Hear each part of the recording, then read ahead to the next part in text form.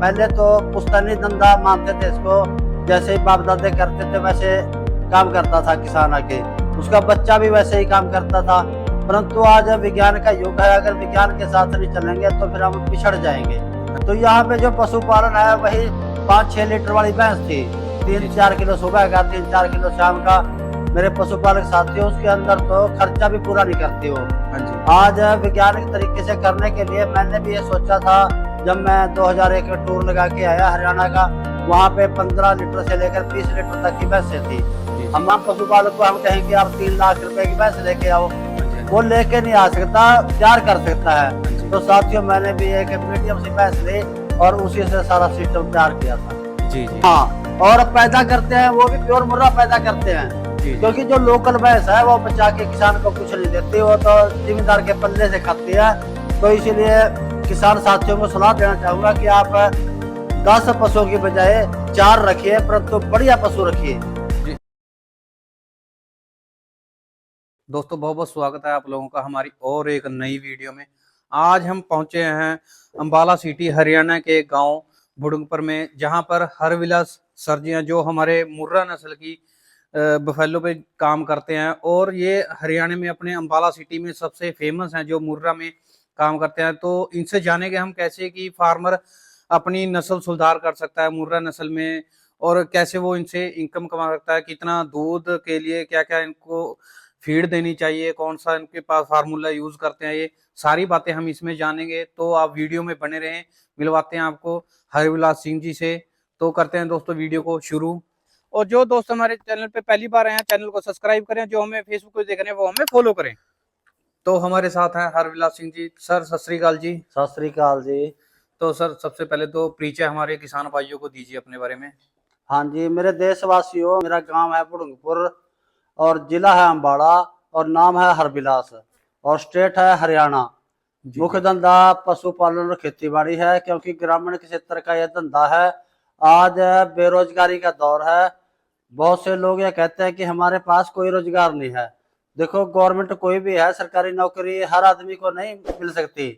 ये धंधा तो हमको अपने आप ही ढूंढना पड़ेगा। और जो पशुपालन है, मेन फोकस रहेगा हमारा पशुपालन के ऊपर। जी जी। और जो पशुपालन है ये ग्रामीण क्षेत्र का खेती बाड़ी से जुड़ा हुआ धंधा है। पहले तो हम इसको सहायक धंधा मानते थे, परंतु आज ये एक मुख्य धंधा है। हाँ जी। अब ये काफी जो पशुपालन का कोई काम करता है काफी हाई लेवल पे पहुंच चुका है। जैसे हमारी सरकारें काम करती हैं कि पशुपालन पे मेला लग रहा है, उनको सम्मानित किया जा रहा है, जो अच्छे पशुपालक भाई हैं हमारे। तो इस पे कहीं ना कहीं एक सरकार का ही बहुत बड़ा रोल रहा है इसमें। इसके बारे में क्या कहना चाहोगे आप? तो पशुपालन के बारे में मैं बताता हूँ। पहले तो पुश्तैनी धंधा मानते थे इसको, जैसे ही बाप दादे करते थे वैसे काम करता था किसान आके, उसका बच्चा भी वैसे ही काम करता था। परंतु आज विज्ञान का युग है, अगर विज्ञान के साथ नहीं चलेंगे तो फिर हम पिछड़ जाएंगे। हाँ जी। पशुपालन के अंदर आमतौर पर जो हमारा एरिया है अम्बाड़ा और पटियाला, ये साथ लगते लगते हैं पंजाब का और हरियाणा का। हाँ जी। वैसे तो पहले सारा पंजाब था, पेशावर से लेकर दिल्ली तक पंजाब था, परंतु पार्टीशन के कारण हमारा जो बॉर्डर एरिया हो गया ये पंजाब के साथ है। तो यहाँ पे जो पशुपालन है वही 5-6 लीटर वाली भैंस थी, 3-4 किलो सुबह का, 3-4 किलो शाम का। मेरे पशुपालक साथी, उसके अंदर तो खर्चा भी पूरा नहीं करती वो। हाँ जी। आज वैज्ञानिक तरीके से करने के लिए मैंने भी ये सोचा था, जब मैं 2001 में टूर लगा के आया हरियाणा का, वहां पे 15 लीटर से लेकर 20 लीटर तक की भैंसें थी। हमारे को यहाँ बताते हुए शर्म आती थी, अगर हम बताते थे कि वहाँ 15 लीटर की भैंस है तो लोग कहते थे दिमाग खराब हो गया तुम्हारा, इतने दूध वाली होती नहीं, और होती भी नहीं थी। फिर मैं एक भैंस लेके आया, उससे सारा सिस्टम बनाया और मैंने ट्रेनिंग ली पशुपालन की। साथियों, कोई भी काम करने से पहले ट्रेनिंग लेनी बहुत जरूरी है।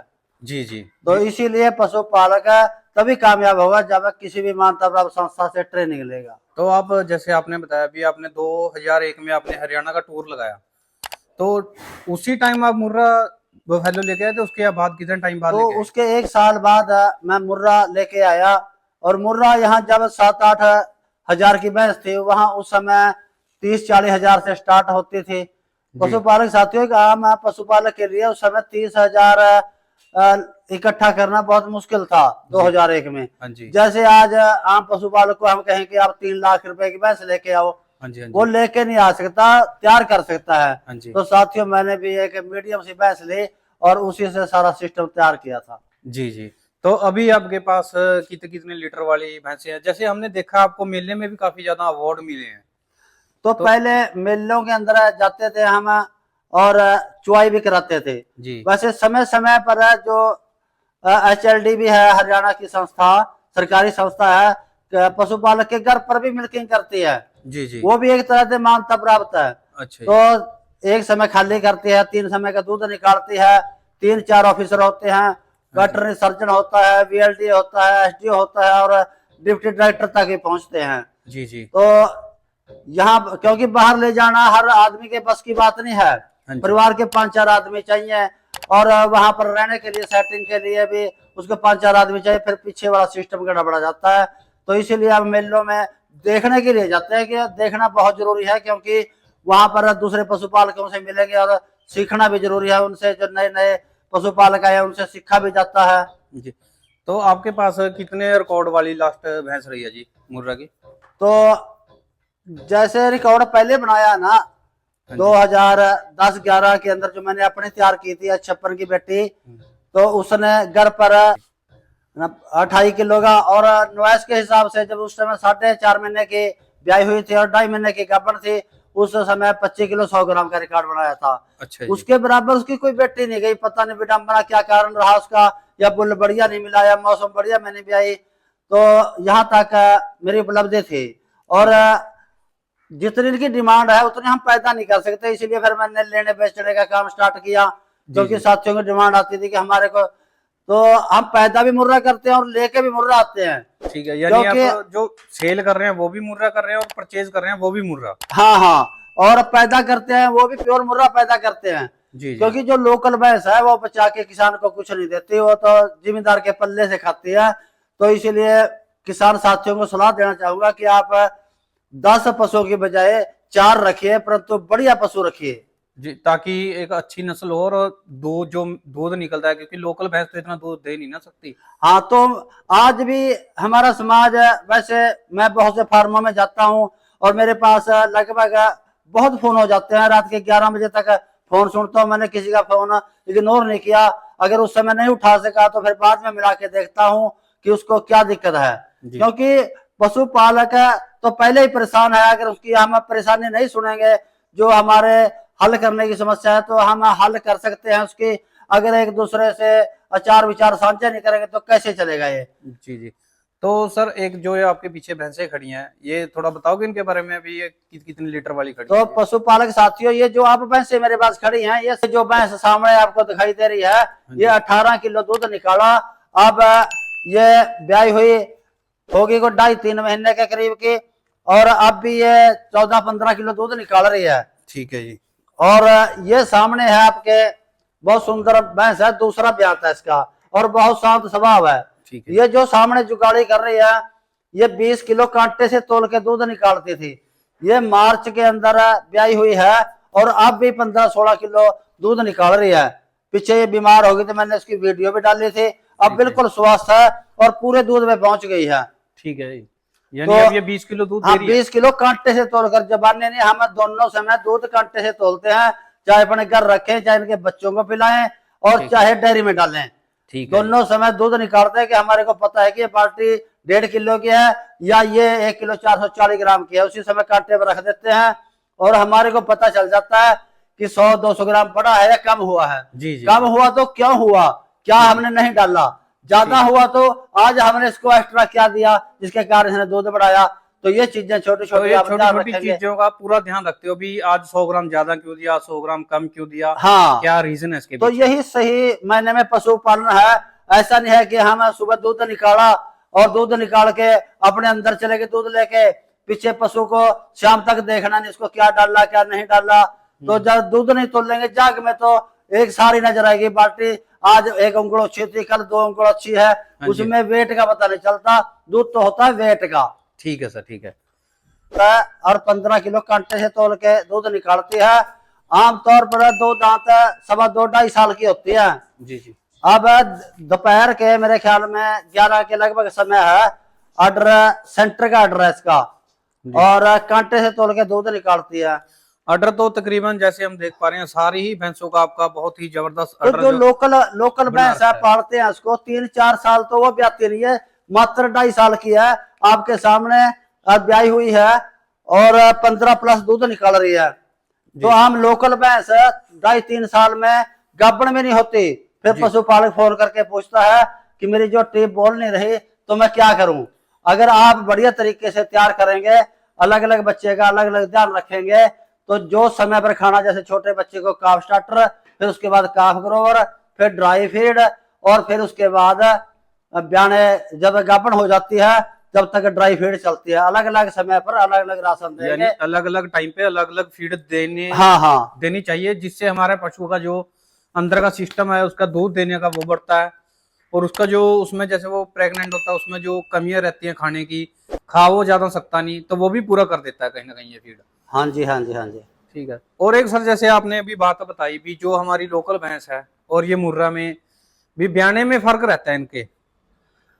तो जो लोकल है और जो एक ब्रीड की है, लोकल में और ब्रीड में क्या अंतर है।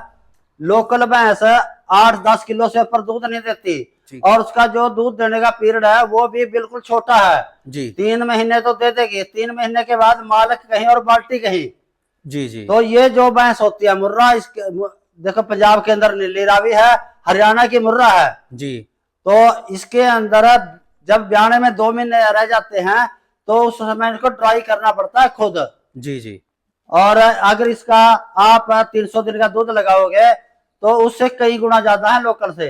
लोकल है 4 साल तो ब्याती नहीं, वो ये 2.5 साल 2.25 साल में ब्याह जाती है। मैंने अपने हाथ से तैयार करके 17 महीने की कटड़ी प्रेग्नेंट कराई है और 27 महीने की ने काविंग कर दी। अच्छा जी। और 27 महीने की तो ब्याने लायक भी नहीं होती जो लोकल होती है। हाँ जी, तो इसीलिए पशुपालक साथियों 8 किलो वाले ने वही राशन खाना है और 20 वाले ने वही खाना है। तो आप उसको बहुत बढ़िया राशन दीजिए और नस्ल के हिसाब से तैयार कीजिए, यानी अपना नस्ल सुधार कीजिए, और मुर्रा की जरूर एक ना एक भैंस अपना रखनी चाहिए। हाँ जी, उसी से आगे आप अपनी ब्रीडिंग तैयार कर सकते हो। और पशुपालक साथी बहुत से ये कहेंगे कि मैं 3 लाख रुपए कहाँ से लेके आऊं। हाँ जी। कोई स्टार्टिंग के अंदर आपने 3 लाख लगाने की जरूरत नहीं है। आप मीडियम भैंस लें जो 12-15 किलो दूध निकालती है, और आज HLDB के अंदर भी और बहुत से जो संस्थान हैं, जितना हिसार बयान है, हिसार के अंदर 3-4 स्टेशन है वहां पे, और जो प्राइवेट फर्मों ने भी खोल रखे हैं उनके पास भी बहुत बढ़िया बुल है। तो नाम तो सबके मैं नहीं जानता, तो मार्केट के अंदर उनके रिजल्ट आ रहे हैं। मैं कहने में भी कहीं का ग्रेज नहीं करूंगा, कई बुल्लों ने बहुत से बढ़िया रिजल्ट दिए हैं, जैसे लक्ष्मी डेयरी फार्म वाले के हैं, नूर है लक्ष्मी डेयरी फार्म वालों का। मेरे पास भी जोटी थी, मैंने सेल कर दी थी अपने मित्र को, तो उसका बहुत बढ़िया रहा। और हिसार बयान का जो अपना बुल था 1470-10, उसका बहुत बढ़िया रिजल्ट रहा। और एक सुरेंद्र सनसनीवाल ने खोल रखा है, वो भी बढ़िया, बहुत बुल अच्छे ले रहे हैं, और ABC के भी बुल बहुत बढ़िया बुल है जी जी जी। तो किसान भाइयों, जो हरविलास सिंह जी ने बताया भी, इनको जो एक्सपीरियंस है मुर्रा नस्ल की बफेलो में, इन्होंने सारे तकरीबन आपके साथ शेयर किए हैं। तो सर आप आखिर में हमारे किसान भाइयों को और कुछ कहना चाहते हो? तो पशुपालक साथियों, एंड के अंदर मैं यही कहना चाहता हूं कि आप भैंसे 10 की बजाय 4 रखें, पर नस्ल की भैंसें रखें। नस्ल की भैंस या गाय कोई भी हो, पशुधन नस्ल का होना चाहिए, वही आपको 4 पैसे बचा के देगा जी जी। क्योंकि अगर बिना नस्ल के आप तैयार करेंगे तो फिर सीधा लॉस है। वो तो पहले ही कहते हैं कि पशुपालन के अंदर प्रॉफिट नहीं, प्रॉफिट तभी नहीं है, हम नस्ल के पशु नहीं रखते जी। तो मैं बार बार यही रिक्वेस्ट करूंगा, आप अपने जो पशुधन है उसको नस्ल में तब्दील कीजिए जी जी। जय हिंद जी। तो दोस्तों, ये थे हमारे साथ हरविलास सिंह जी, जो मुर्रा नस्ल में डील करते हैं। सारी इनके पास जो भैंसे हैं मुर्रा नस्ल की भैंसे हैं, इनको काफी अवार्ड भी मिले हैं इनके ऊपर। मुर्रा नस्ल की भैंसों पे आप इनका चेक भी कर सकते हैं, हरविलास डेयरी फार्म से इनका चैनल भी है अपना। तो उम्मीद करता हूँ इनके द्वारा दी हुई जानकारी अच्छी लगी है तो वीडियो को लाइक जरूर करें, चैनल को सब्सक्राइब करें। मिलते हैं और एक नए वीडियो के साथ, तब तक के लिए जय हिंद।